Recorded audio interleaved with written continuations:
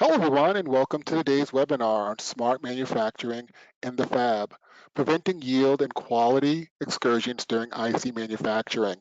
Before we get started, I would like to go a few items in order to participate in today's event.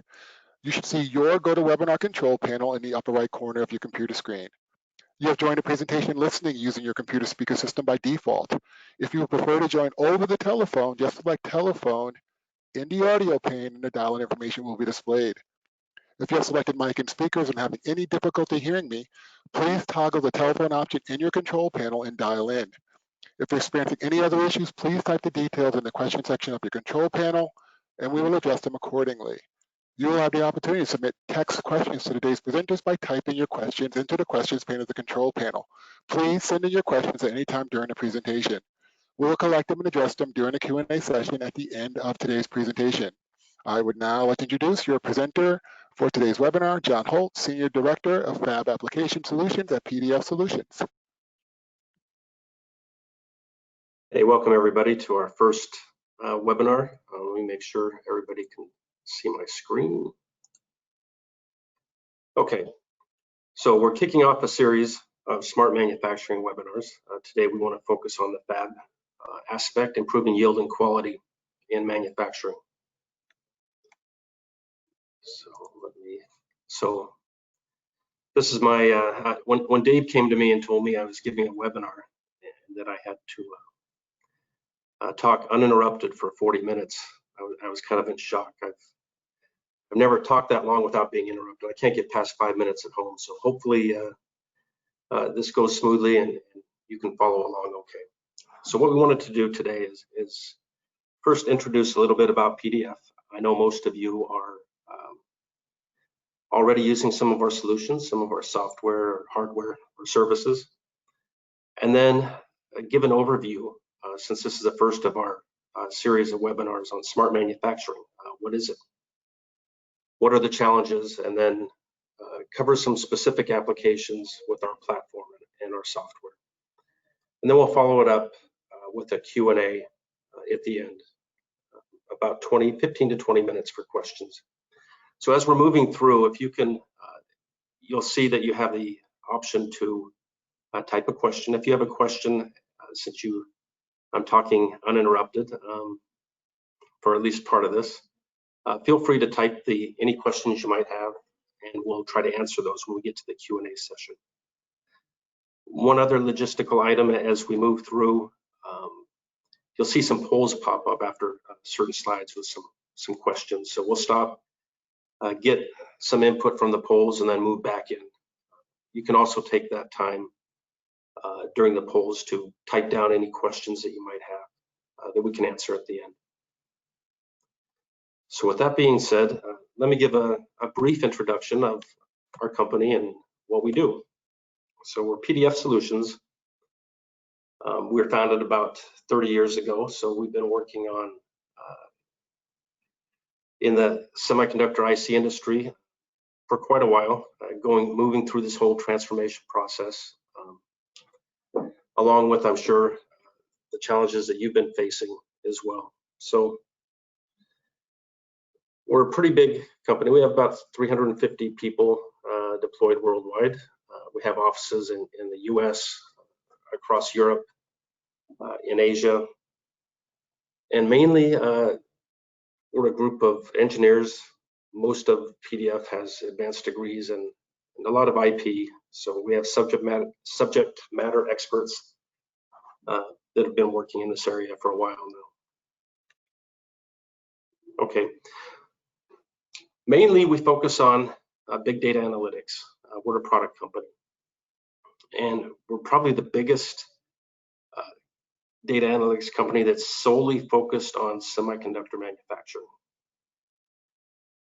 So a lot of you are users of Exensio, which is our end-to-end big data analytics platform. We also provide differentiated data, test structures, for example, characterization vehicles, e-beam tools, testers, and hardware, with the main goal being to accelerate yield learning and ramping volume production faster.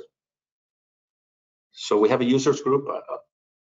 You're welcome to attend. You can see some of the attendees from from last fall down below. And I hope some of you can make it and we can see you in the future. So, like I stated, there's from our test infrastructure, our characterization vehicles, our design, that's where we started out. We've tested billions of our structures. They're embedded within product fill cells, within scribe lines, on a lot of products. And we also have online control tools and systems and platforms for process control, for test. And right now we have over 40,000 tools in the industry connected up to our online control systems. A lot of your engineers have been using our platforms for analysis. Over 15,000 have been trained. And we span about 130 companies currently in the semiconductor IC manufacturing area, as well as fabless. So let me talk a little bit about our big data platform. So from the very start of processing, from the design area, we've been able to pull simulation data, key characteristics, key sensitivities from the design database into our platform, as well as wafer manufacturing, all aspects of manufacturing, whether it's tool control, YMS data, metrology, defect, electrical characterization, such as sort, and spanning to our test infrastructure, connecting up direct cell controllers, for example, to tools to collect real-time test data, all the way up to system level test and traceability through assembly, packaging, and as I had mentioned briefly before, we do have structures that reside on product and feedback data from in-field applications. And this is a focus that we see as a need in the future, especially for self-driving vehicles or electric vehicles, reporting back the status of the board or the chip. So one of the ways we're able to do this is we modularize our platform, so we can add modules for test, for assembly, for process control, for characterization, and bring all of that data, align it in a semantic data model on a big data platform. And I'll talk a little bit more about that as we move through. Okay, what types of data do we look at? Well, over the past 30 years that as we've been expanding from design to tool to test to assembly to in-chip monitors, we've gained a lot of knowledge, a lot of expertise, a lot of it the hard way, right? Working on this, dealing with the issues of aligning the data. We've been able to bring all of this together into we call it a semantic data model, where you can trace from the sub-die level, from layout characteristics, bond pads, for example, interconnects, to all of the manufacturing data, whether that's fab data, FTC sensors, environmental data that spans timeframes, PMs, advanced image-based data from defect or metrology, both lot and non-lot, whether it's chemical batches, delivery to product data. In fact, what we've been seeing recently is even some of our fabless customers, have been getting metrology and defect data from the fab as well as the test data. So having that ability to draw meaningful relationships and insights across the data, the foundation of this is having a semantically aligned data model to make meaning of the data. Okay. So how do we bring that together? We span end to end, from design to system, in our capabilities to aligning this, to bring this data in and align it. We implemented a big data platform this was built on Cassandra and Spark. Just a few words about why we chose that platform. And that platform has been deployed at Facebook, eBay, Walmart. Spark's been tested with IBM, UC Berkeley, Intel. It's been tested in the industry on thousands of times more data than are currently available, and it's been found to be the most reliable and best performing big data platform out there. And that's key. Moving into manufacturing and moving into production, not only do we need the performance, we need the proven reliability of the system. So loading into that data is the end-to-end data from the supply chain, as well as any differentiated data that we generate as well. And once that capability was established, and really in the last few years, with the introduction, or I would say the advancements in AI and machine learning, bringing those capabilities onto this semantically aligned data model has really been the enabler for smart manufacturing. We had pieces in the past. We had APC or run-to-run control or analytics on one type of data only, but been able to derive learning from the consolidated database and then drive it back to online control and production systems. That's really what smart manufacturing is all about. So a little bit about myself. We haven't talked yet. So my job is to, on top of this big data platform that we have, the smart manufacturing platform, my job is to figure out how to use this, how companies can draw value from this platform. So I'm the senior director of our Fab Application Solutions, and that means I get to solve problems kind of, over the last 35 years. And in the industry, that's what I've been doing with the last 12 years with PDF, working with companies like yourself to solve problems in the most efficient way possible. So joining me today, we have two of our experts, one from our manufacturing analytics. They'll join us during the QA session as part of the panel. Jason Arp, a lot of you have probably worked with him if you utilize our tools, and Mike Knorr, who is over all of our fab process control applications as well. So it's great to have their expertise today, and hopefully you'll probably hear from them when we get to the Q&A section. Okay, you may see a poll pop up. Let me see if we have that, Dave. Okay, so please, with the introduction of who we are, let us know a little bit about yourself over the next 30 seconds, then the poll will close. If you've already answered it, feel free to add any questions you may have about PDF and what we do, and we'll get to those at the end.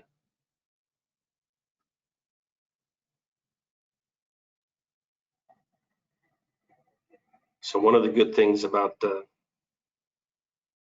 bringing this data together is I've faced all of these challenges over the last 35 years. How do you fix a yield excursion? How do you identify the root cause, or how do you prevent future occurrences? And having a platform now that brings us together and allows us to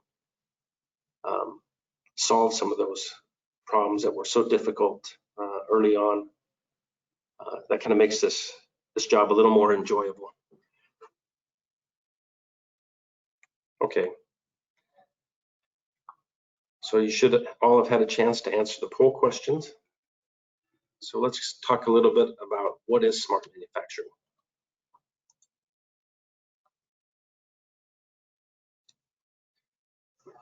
Okay, for the basis of smart manufacturing, using the Wikipedia definition, smart manufacturing, it's a term applied to improving the IC manufacturing process by building a digital twin.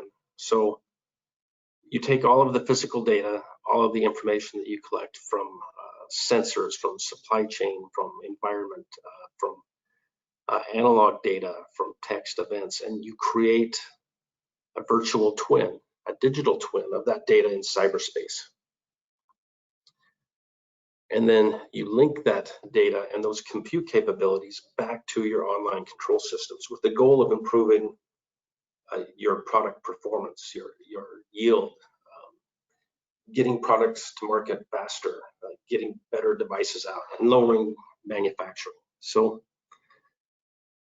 you know, that it sounds really like a lofty goal, and people have talked about this a lot in the past. So it hasn't ever been fully successful, but what are some of the key technology enablers today that actually make this possible? So Industry 4.0 came along. There's been standards implemented, you know, whether it's SEMI-E10, SEMI-142, standards to convert and collect data and information and turn it into a digital version of the factory. The introduction of big data, the ability to handle these hundreds of terabytes of data and bring them together into a single platform that can be utilized.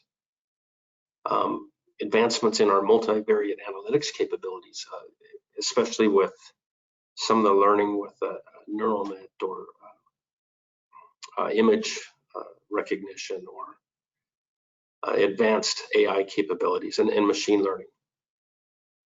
And all of this driving a more efficient use of resources, people that can span not just from their limited area of expertise, their unit process, but to be able to link that to data across the supply chain or across upstream or downstream operations.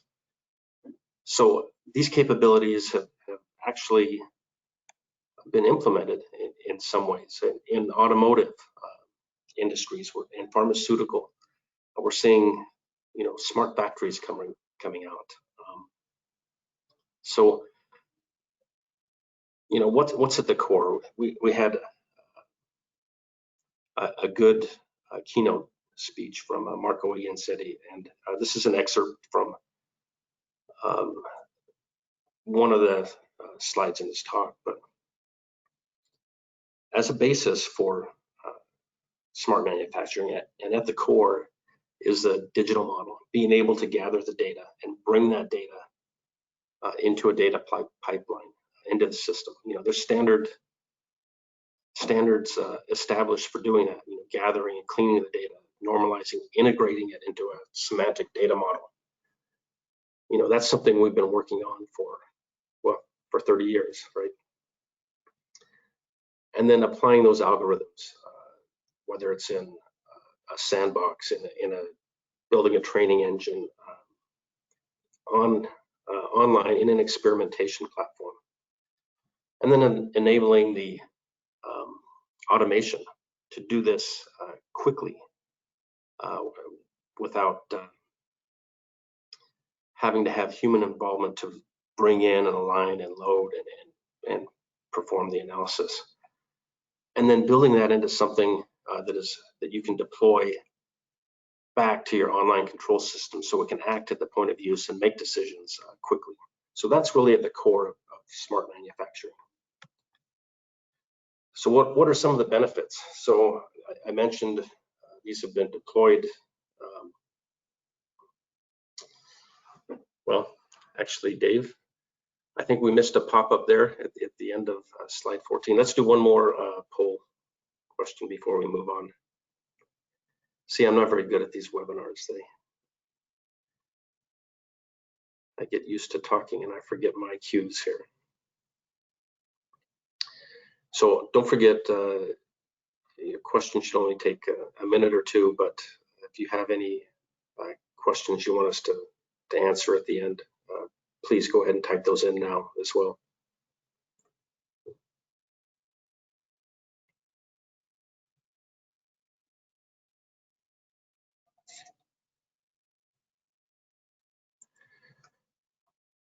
I'm going to go ahead while you answer those final questions and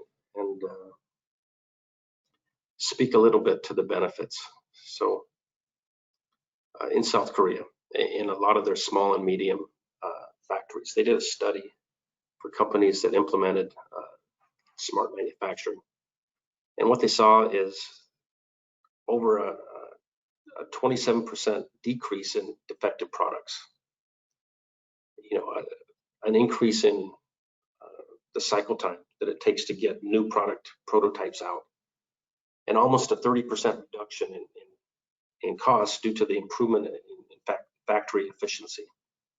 Now, Deloitte reported some of the same things for factories, and this was just last September. They're seeing a 10 to 12% gain in manufacturing output, and utilization, and labor efficiency and productivity.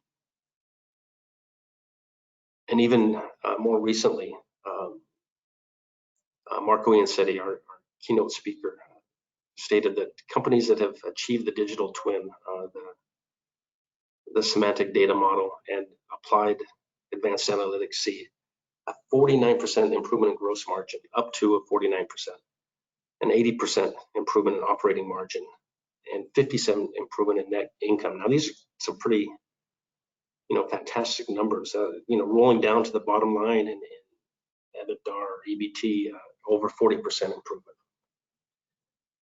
So how are they doing that?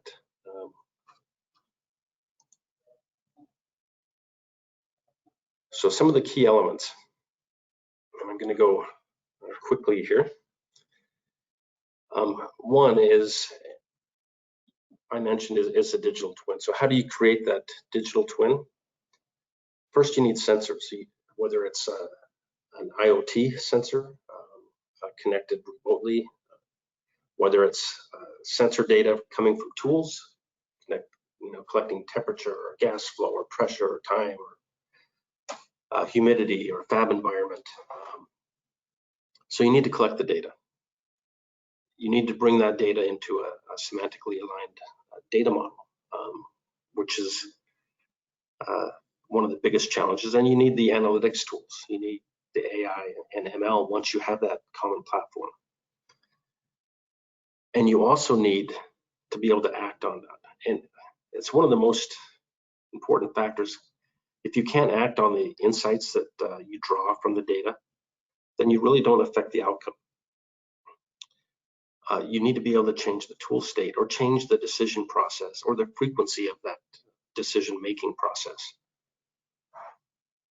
And one of the challenges is the supply chain isn't all in one location nowadays, right? Many times we're looking at a global supply chain. Parts and equipment are coming in from one site, substrates from another. Manufacturing is done in, a fab or a foundry, which is at a different location than the assembly and the test sites. Bringing all that data together to draw the meaningful insights. So a lot of people are doing this. In fact, a recent poll showed that 63% of digitally mature manufacturers are using some form of end-to-end technology solutions. Hopefully, your company is on this path as well. Okay, Dave, I think we're up for one more.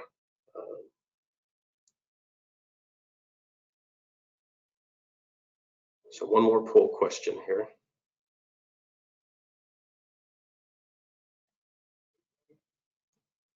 We're looking good.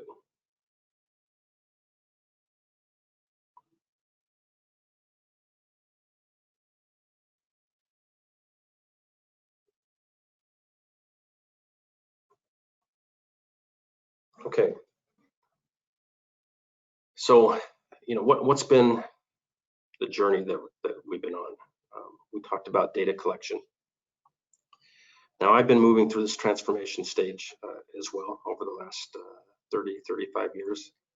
In fact, you wouldn't believe that when I started out, I had a full head of hair. And so, transformation comes in all forms.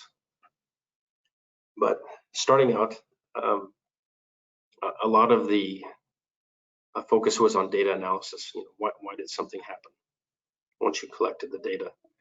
And if, you know, we used to use Minitab or SAS or Excel to draw our conclusions for process improvement.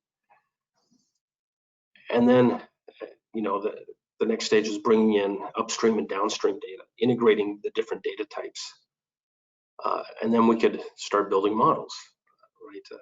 We could start drawing meaningful relationships across a response or more data types, and start applying real or more complex analytics to the data.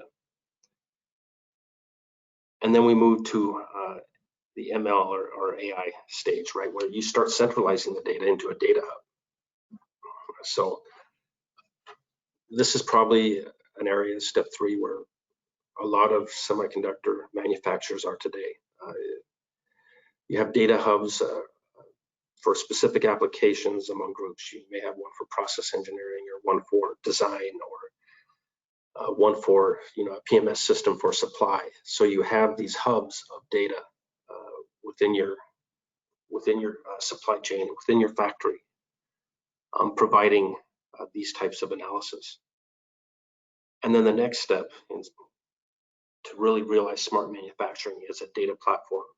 Some people call it a data lake. Some people, well, I shouldn't say some people, most companies are working to achieve in one form or another data platform. And that drives benefits across the entire supply chain. And that's where the real realization of smart manufacturing comes from.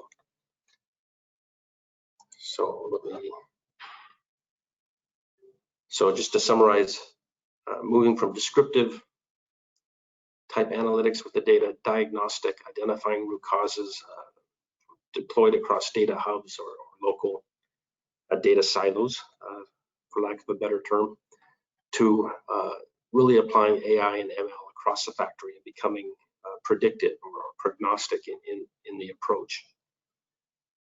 So really, most semi-manufacturing is probably somewhere between 3 and 4. We're kind of in this transformation stage together. Okay, what are some of the challenges? You know, that we've been building these very complex factories, and there's a lot of experts, whether it's from OEMs, from metrology, from defect management, some really complex systems, but they haven't learned to talk to each other. And so we have silos of data where one set of information isn't communicating to the other. You know, everything is kind of isolated into these data hubs.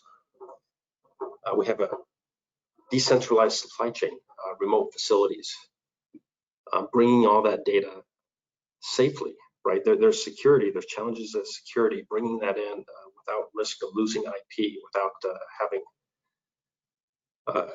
your data become compromised. You know, one of the challenges in remote facilities, legacy systems. You know, we deal with systems, you know, Promise, VAX VMS, you know, Fab 300, SciView, bringing all these manufacturing execution systems together, because they're not always the same across the different generations of facilities and factories, as well as control systems. They're different on a 150 millimeter, 200 millimeter versus 300 millimeter. The data types, you know, aligning a 1 hertz signal with a 50 kilohertz signal in the same database, data coming in faster, image-based, different types. And then after aggregating the data, being able to get fast results and deploy something that can impact the factory control systems, real-time control. So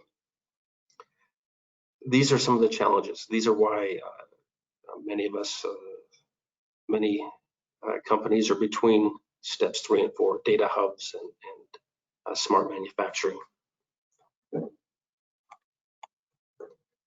Not only is the challenge in the diverse data types, the silos of data and the legacy data, it's the data volume, right? If you just look at the amount of data collected from an EUV litho tool, you're just from a single tool type, now that's expanding to terabytes of information a year, and that's one tool. So, we have a customer that collects hundreds of terabytes of data a year at a single site. So, being able to manage this large volume of data and act quickly.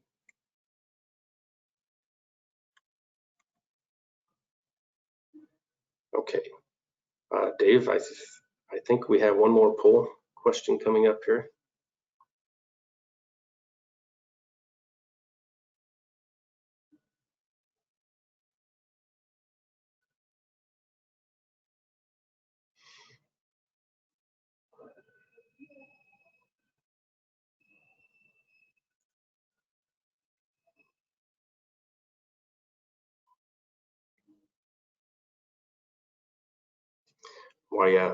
While you're answering the poll question, don't forget you can type in your questions for the end, so we can get to those. So our manufacturing platform at PDF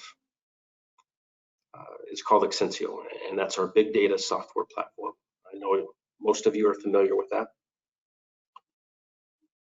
We have the capability of deploying big data either on-prem or in the cloud. And one of the things that's interesting is in the last couple of years, so we have 120 customers that have deployed our big data platform. And 18 of those 120 are cloud-based customers, and most of them in the last 2 years. So there was concern about data and security, but this will be a topic for a future webinar, but just to talk about it for a moment. Some benefits that cloud deployments give you are things like better security and control. You can monitor all data going in and out. Your ability to have on-demand compute. Let's say you have a high GPU or image-based model you need to build. You don't have to go and purchase another 20 servers, GPU servers. You can expand your compute while you build that model. So there's some definite capabilities in cloud that can't be achieved with on-prem. I know there's a concern about security, and so we wrap everything with an encryption platform for data exchange. We call our DEX. Now, that's important because we have to bring in data from OSATs, for example, assembly test, from design houses or fabless centers to external manufacturing or internal manufacturing. So managing this flow of data is one of the key capabilities that Exensio brings in. As I mentioned, the big data platform, as deployed on Facebook, it's thousands of times larger. So we know it's easy to expand the data. It can handle the large volumes and provide a proven, reliable platform for you to use for your smart manufacturing and analytics. Okay. So we talked a little bit about smart manufacturing. Now, we call our smart manufacturing platform Advanced Insights for Manufacturing. This utilizes the digital twin, and it has deployed on it our AI and ML. One of the key factors is we apply automation. I'll talk a little bit about this. We enable user-configured dynamic workflows, the ability to bring in the digital twin semantic data model, all the data types into an execution engine. Having the capability to apply multiple algorithms to make a decision. And then what we found is just a compute decision without bringing in subject matter expertise or domain knowledge is less efficient than having a system that can apply feedback or learning from the subject experts, and then modify the decision-making process. And let me talk a little bit more about this as we move on. So some of the definitions of the algorithms and the smart manufacturing solutions that we apply. Now, I didn't come up with these names. Nielsen and Stanford first reported these more than 10 years ago. But there's two types of AI. And most people think of AI as strong AI. These are machines that can think and act in a way that's smarter than a human, that surpasses human intelligence alone. But most of the value, right now, most of the value that we see is actually obtained from weak AI, and that's the automation or activity that computers are able to perform that humans once performed. And maybe it was done in standalone systems or silos, but now we can replace that decision-making cycle by bringing in the subject matter expertise and building that into the algorithms themselves. And so a lot of the value is being obtained from weak AI. So what's an example of weak AI? So one of our applications we call intelligent material disposition, or some people call it MRD, and I know some of you are customers of this today. So some example data types you may bring in, your parametric test, your final test, wafer sort, as well as fab data, FTC or manufacturing data, metrology defect type data. We apply multiple algorithms to analyze that data. This is all done in an automated workflow, and a decision is made. And from that decision, the user can look at the recommendation from the system and say, okay, this is a good device, send it on. This is bad, it should be scrapped. Or does it go to a review? The expert reviews, feeds back those findings, and those findings are fed into the decision engine. And so the next time the decision is made, it makes maybe a little bit smarter decision. And the next time maybe a little bit smarter. So you can build in your subject matter expertise into the decision-making process through an automated flow. That's an example of weak AI. An example of strong AI, most of you know, right? So here's our yield prediction engine, applying AI across the fab manufacturing data types and design databases to predict a die level yield, whether it will be good or bad coming out of the fab, and then make a decision on what type of testing I want to do if it's marginal. That's an example where there's so many data types and so much information that a neural net is superior to a human in providing these types of models. So some of the benefits from this approach, we see accelerated ramp, increased capacity, reduced wafer costs, higher quality, and improved engineering efficiency. A lot of the daily work is automated. So with our AIM platform, we're seeing most of the benefits outlined in smart manufacturing definition. So a lot of these that have been deployed in the past, they weren't realized, right? Predictive maintenance or virtual metrology or predictive models. And a lot of that is because, good, our poll's open. Please answer the poll question. Thanks, David. I almost moved past it. And add any questions you might have. So I'm going to keep talking for the sake of time, but it wasn't until big data capabilities and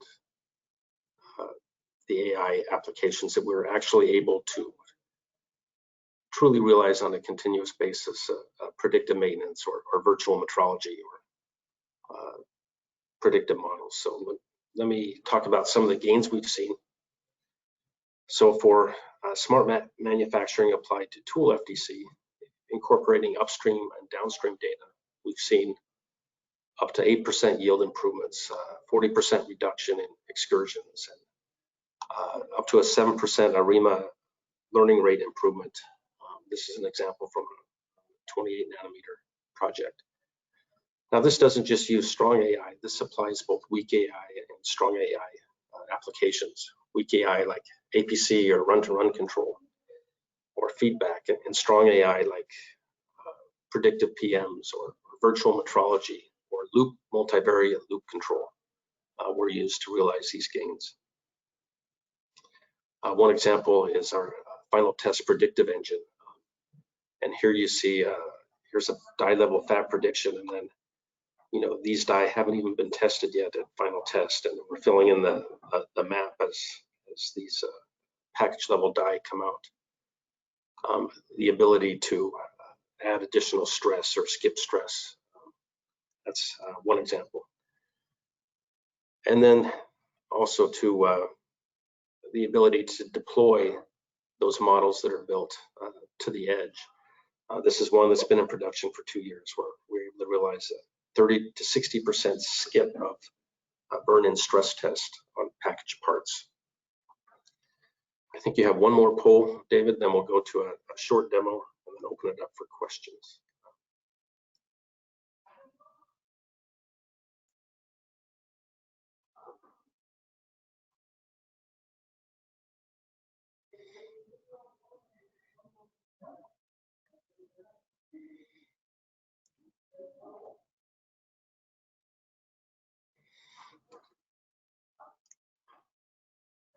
So one of the advantages of a smart manufacturing platform deployed globally is the ability to build your training engine, your model at one location, and then deploy that model at the on-site application to control the tools. So you can build in the sandbox the training engine and deploy the model at the location. We call this edge deployment capability. And what really enables this is an encrypted data exchange network.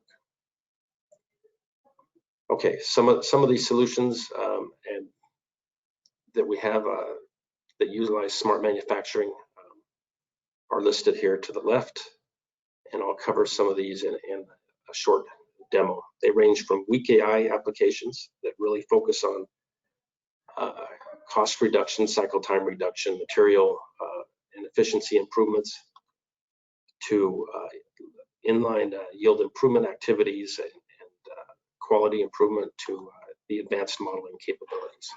So let me move here. Sorry, I'm having a, there we go. Webinar challenge. So some short examples. I'm going to go quick, and I apologize for that. So one would be bringing all response data into a unified database where you can identify what FDC sensor on the tool itself is driving an excursion or diagnostics. Now, this can be automated, tested across lots, across equipment, across products, and some of these are built-in capabilities. For example, the parameter screening report. You can select what data, what response you want, what analysis that you want to perform on the tool as well. And this can be automated, right? You can apply automation services to trigger at the end of a lot or a group of wafers and to run automatically and generate these reports. That would be an example of a weak AI. Let me get one more. So this is one that we would call IMD, Intelligent Material Disposition, for Material Review Board. That's the example that I showed on the slide. where the user can predefine rules. It incorporates feedback into the engine. It's triggered at the end of a lot testing. Some of you already have this implemented on your smart manufacturing platform. It can identify, based on the patterns, yield excursion wafers, identify what's driving the fails, and provide a interactive report that's stored, as well as the disposition criteria, whether or not to send on the wafer for additional testing. So that would be an example, another example of a weak AI application. And this has been able to drive almost a 5x reduction in engineering resources required to disposition a tool. So let me go quickly to a strong AI. A strong AI application, and this is a neural net model applied to multiple data types, PCM, site level metrology, WEH data that would, does our standard ML pipeline, 1D screening, 8 dimension cross-fold validation, generates a prediction, and from the prediction, you can make a determination on whether or not to send on the wafer or do additional testing. So it's kind of interesting. You can see it picks up some subtle patterns in yield. What you have is a predicted by die, actual by die application there. And not only that, you can also determine, okay, what's driving that wafer's yield, and you can break out the components and drive them back to, okay, this was coming from this tool in line, or this was coming from this PCM parameter was driving the yield. So you can predict these results ahead of time. And so this is an example of strong AI. And just quickly, we talked about automation. So a lot of this, it's not rocket science, but the automation workflow, you can fully automate any of the analysis that we're doing. Maybe you want to automatically get data and then perform. So we showed, for example, the PSR parameter screening report, connect up the functions,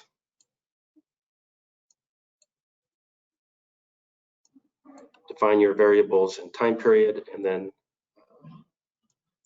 run it automatically. So I think just one last example before we open up to questions. We have a built-in model framework. You can utilize, any type of AI algorithm, or maybe you want to compare. You don't know what's the best model, so you can select multiple models, see which model best describes the data. Build maybe you need a hybrid model, build a hybrid model to get the best results. And then, of course, save that model and then deploy it to the edge. So these are some of the tools that we utilize in our smart manufacturing application. Okay. Going back, just to summarize, I know we went quickly through that demo. We have a short hour here, but any questions or any other demos we can address in additional webinars or one-on-one.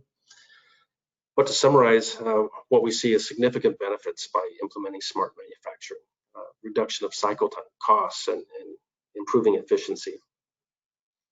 We've been able to realize almost all of these results significantly using smart manufacturing through the implementation of digitization.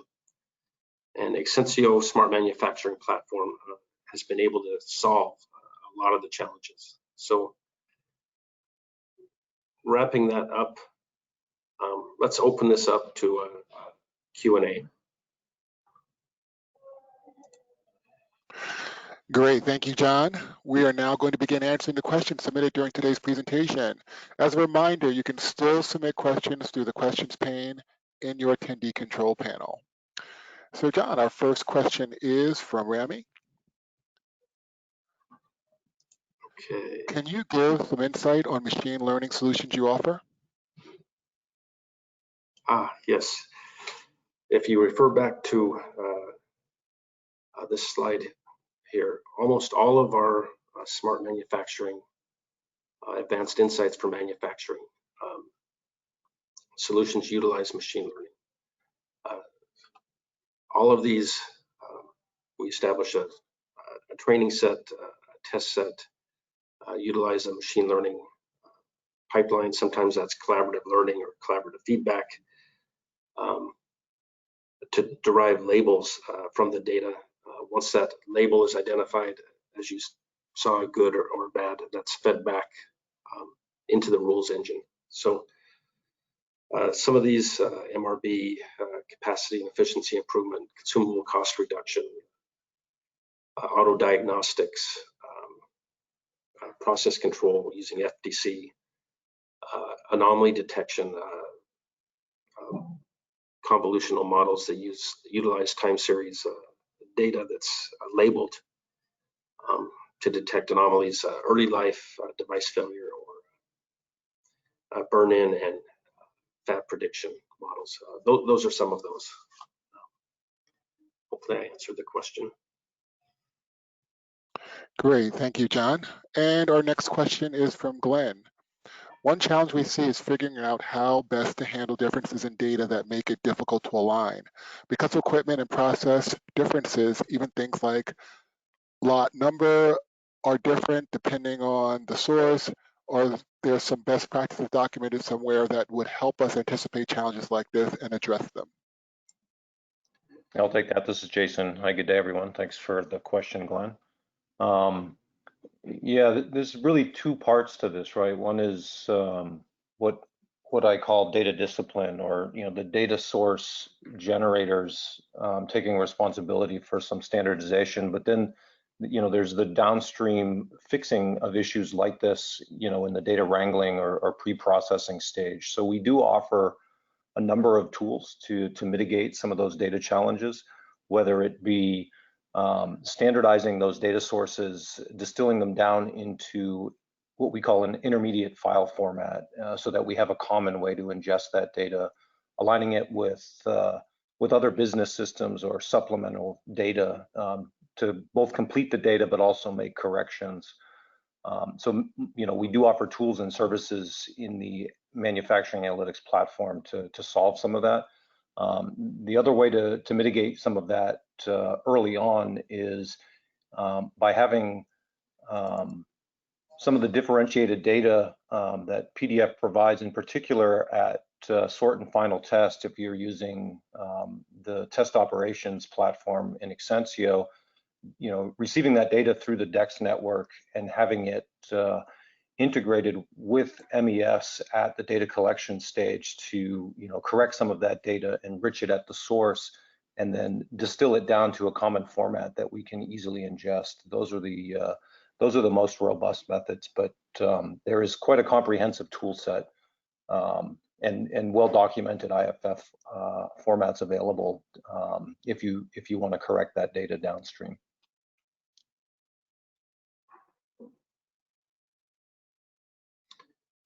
Great, thank you so much. And our next question is, can users bring in their own AI algorithms into your systems? Well, I'll go ahead and take that because that's an easy answer. So the answer is yes. We have several methods. One's through a .NET application. One is bringing in and installing a user set of library of their algorithms that gets called through the workflow. So yes, we are capable of, the platform is capable of you utilizing your own AI algorithms in smart manufacturing. Great, thank you. And our next question is, do you have to have Exensio FDC in order to use your platform? I'll field this one. This is Mike Norton here. Actually, no, you do not. We have a tool called the FDC Gateway, where we're capable of ingesting data from our competitors' FDC solutions that you may have in your factories. Additionally, you may have an in-house solution that you've built, or you may have a combination of multiple solutions throughout different tool sets. What we do is we can ingest all those data and we align that data much like Jason was talking about earlier, so that we can perform smart analysis downstream.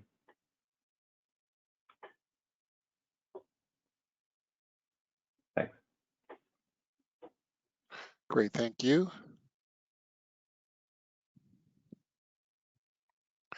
And our next question is, what about the cost of breakthrough in not standardized environments, dictionaries, data types, metadata, how to move from the existing to the new data management?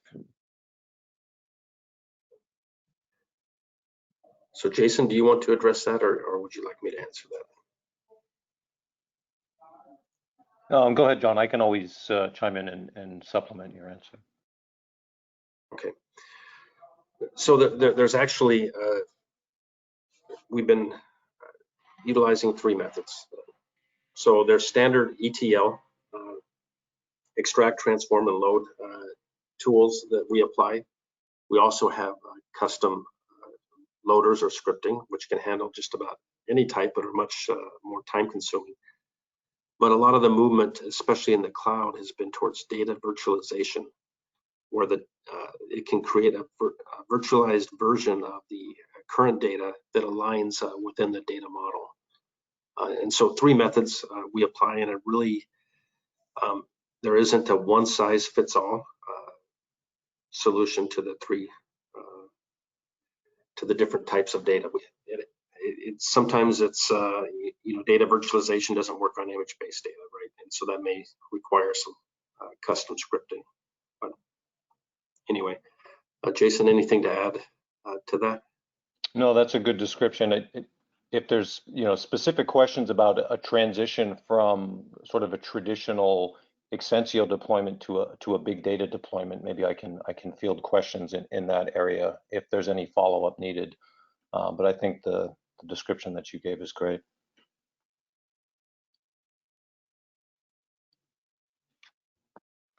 Great, thank you, everyone. And that ends our webinar.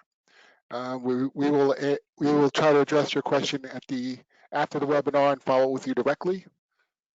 I want to thank you, John, Mike, and Jason, and thank you everyone for attending today's webinar on smart manufacturing in the fab. If you have any other questions, please email them to info@pdf.com.